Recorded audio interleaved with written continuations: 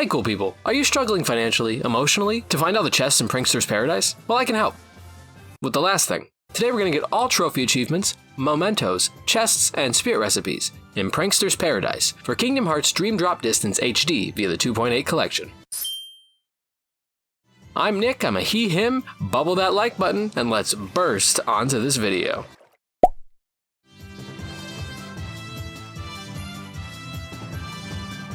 Unlike the previous 3 videos, there is no overlap between Sora and Riku's chests. They keep their own titties this time. Let's start with Sora's dive. We have to hit 150 balloons before time runs out. For the A rank, we have to make it to the goal before the 45-second mark with a minimum of 400 prizes. I found a good way to do that is to use Diving Strike after collecting each singular balloon, and using the laser dive magic we get solely on these big piles of balloons. We will receive Balloonra for an A rank unless we did it with Riku first. Once Sora lands, we'll get the flashback One World's Dream and the flashback Pinocchio Lies. We'll then spawn in the amusement park, and from the nearby Moogle, we can buy the khddd spirit recipe. Now we'll head west, and I didn't record 2 versions of each direction because I was also super confused. No way. Peep the mini-map for a compass. We can see a chest on the south wall, but it's actually a nightmare in disguise. Piece of shit. But just north of it, up against the blue tower, is a balloon item chest. We can take this bounce pad on the east side of the tower, up to this flow motion railing, and we can ride it to the top of the blue tower, or flow motion jump all the way up, whatever. At the top of the tower, we'll find a big Blizzara chest. Now we can go all the way, kinky, to the southeast corner and grab this high potion chest. Then we'll go to this center flower bed, just north of the save point, and continue northwest to find a Block It Chocolate 2 chest, sitting against this coiled pole. Now we'll go to the Ferris wheel, and if we wait for the correct cart, we can find a chest holding candy goggles. And on the ground under the Ferris wheel sits Paint Gun Yellow times 10. There's one more chest in a Ferris wheel cart. We can wait by the entrance for it to reach us.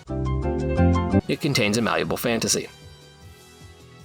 Now if we go way east past the Epcot ball along the south side of this bridge, we'll find an Ice Dream Cone 2 chest sitting on the south side of a tree. Then we'll go north to the merry-go-round, and next to the steps on the left, we'll discover a sneaky chest concealing a Drop-Me-Not. And our last chest in this room is on the northwest side sitting against the red tower, home to a Shield Cookie 2. Now we'll go to the roller coaster entrance where a purple Pinocchio is standing, and after the cutscene, we'll take these enemies for a ride. Commands like Zero Gravira, Thundara, Sleepra, and Balloonra are what I used. Also blow off against the Kuma Pandas to knock out these nasty nightmares. For our victory, we'll receive an HP increase and the Jestabaki recipe. Once we spawn in, we can make our way to the top of the nearby red tower, and after we find a second purple Pinocchio, we can make our way to the north exit. Once in Wind Up Way, we'll find a Block It Chocolate 2 to the right of the blinking arrows. Then at the Saucy Puppet Show where the Prickle Mains spawned, there was the perfect opportunity to get the trophy achievement Bubble Burster, where we need to capture and pop 5 or more enemies with the Bubble Burst reality shift. Also, we'll find a chest to the left holding a... Okay, cool. And don't worry, process of elimination, it's chest 15, a Drop-Me-Not. Once we get to the big round area, we'll find a big chest way up above us holding Aerial Slam.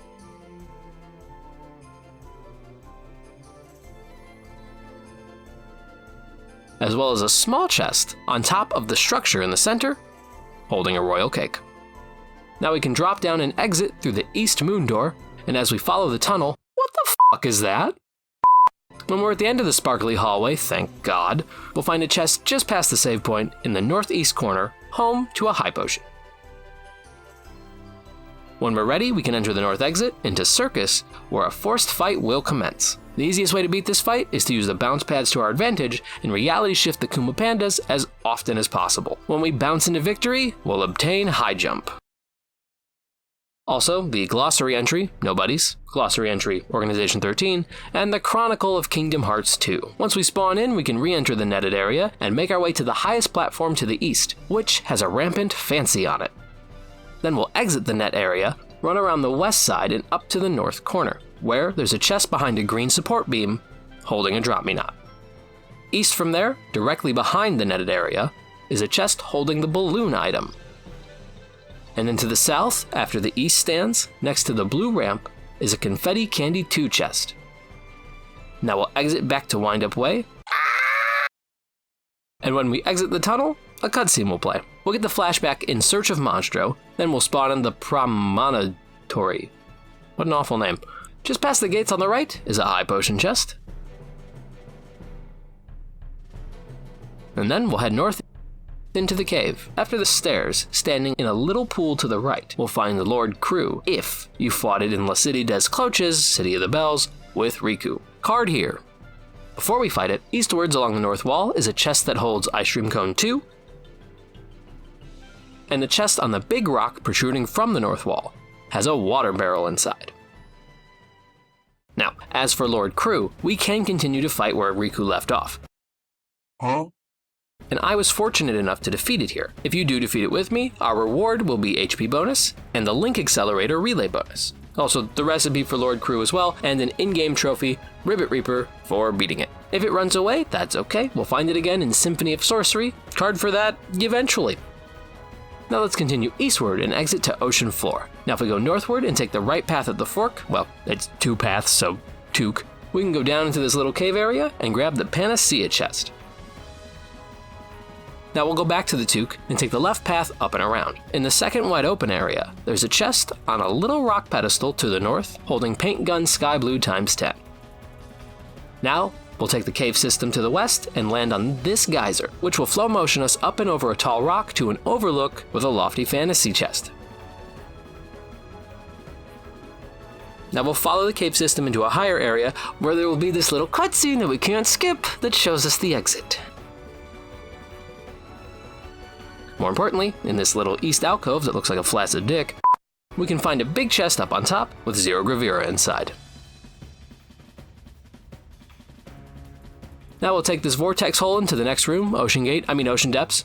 We'll run east to the suction hole where we'll find the Rampant Fancy chest behind it.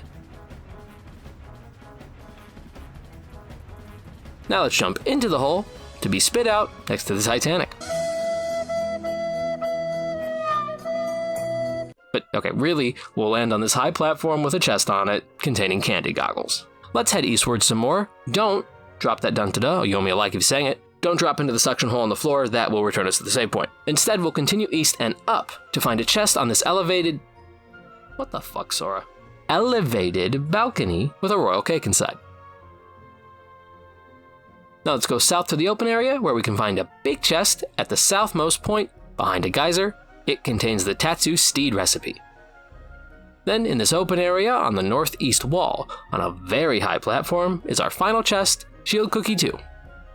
Now we can go westward and enter the big hole to begin the boss fight against Chill Clobster. But before I talk about that, let's go into the belly of the beast.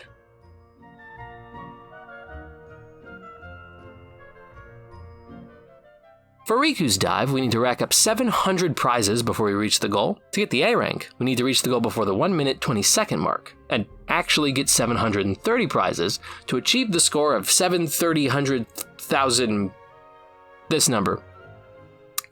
No real tips except to prioritize the big stars when possible, as they give 30 prizes each. Note, we can't get Balloon Ref for the A rank unless we did it with Sora first. Once we spawn in, we'll be inside Monstro's mouth, gross, and there will be an immediate chest on our left, housing a high potion. Then back to the right on a high wooden platform will be a chest concealing Paint Gun Blue ×10. Now back to the left, I know this is such a weird way to do it, we'll find another chest up above the first chest that contains an Ice Dream Cone 2. Now we can flow motion our way to the higher northeast area where a chest on some wreckage sits, keeping a balloon item inside. The last chest in this room is back to the west on the roof of Geppetto's ship, home to a Panacea. Now let's drop down and talk to Geppetto. Then we can take the north exit into the gullet. And what that throat do, this is disgusting.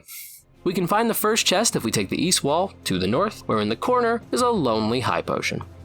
There is a fake chest up here in the southwest corner. Don't worry, I will not make you suffer through the trickery of this stupid piece of shit. But from there, we can flow motion up the south wall to make it onto this protruding green gland, where a big barrel and a charming fantasy reside. Now let's drop back to where the fake chest was and take the path northward.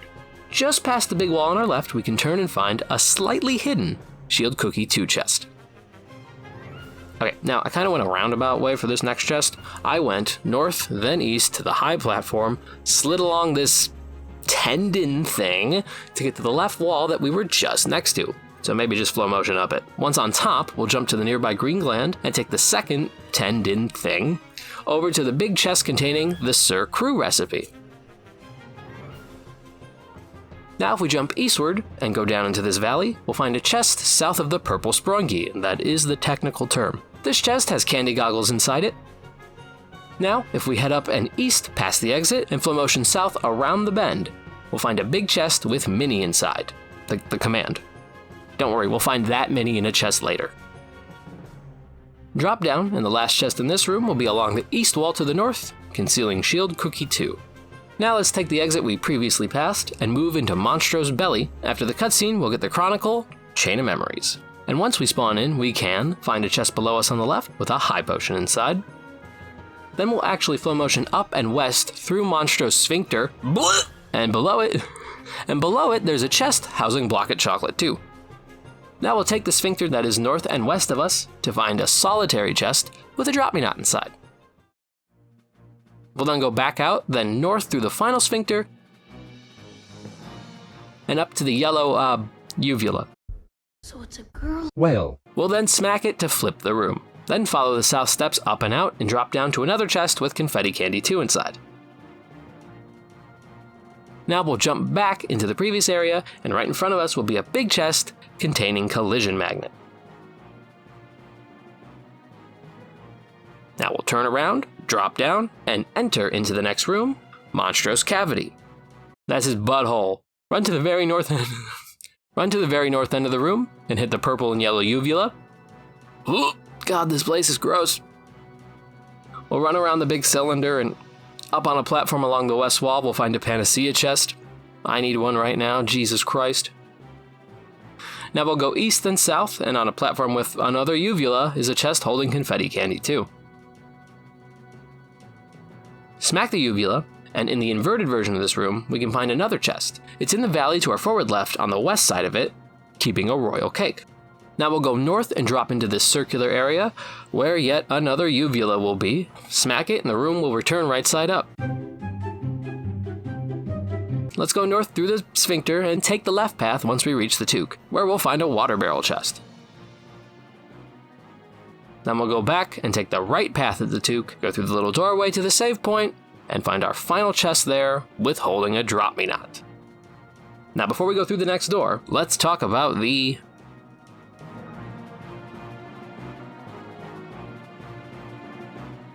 For Sora. After we enter the vortex hole and after the cutscene, we will begin the Chill Clobster fight. My strategy is, as it's always been, spam balloon commands, and heal when necessary. As for Chill Clobster's attacks, there's making its claws spin me right round. It'll start with this attack, and it's both blockable and dodgeable. Ice bombs, it will shoot these forward or tilt up, and all we have to do to avoid them is dodge towards the boss, but they're also blockable. Now this, with the green, it's called Overboost. I'm hulking.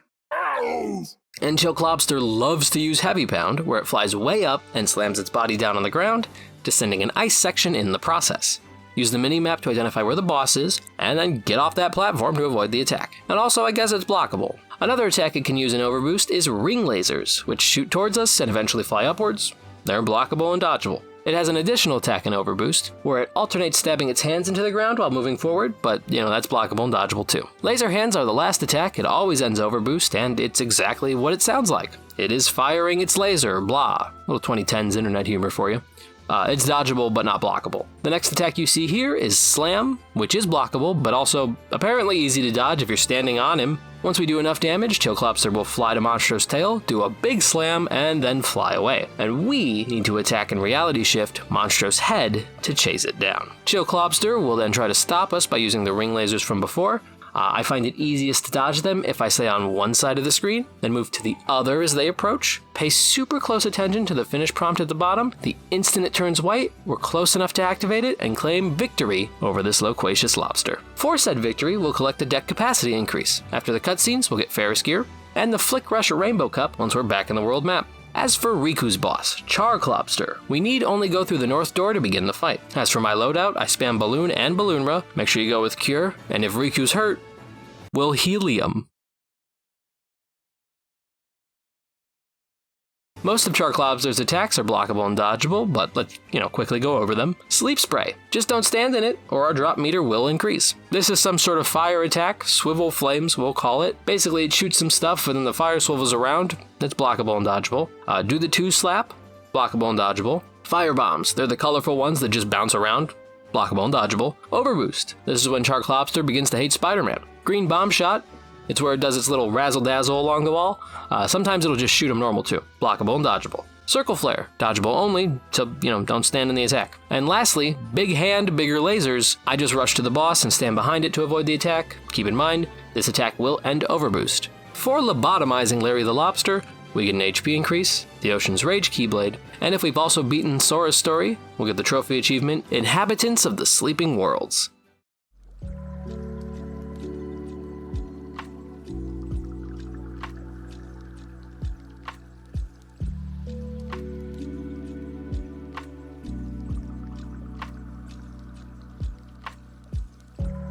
Hey, thank you so much for watching. Like and subscribe if this helped. Goodbye!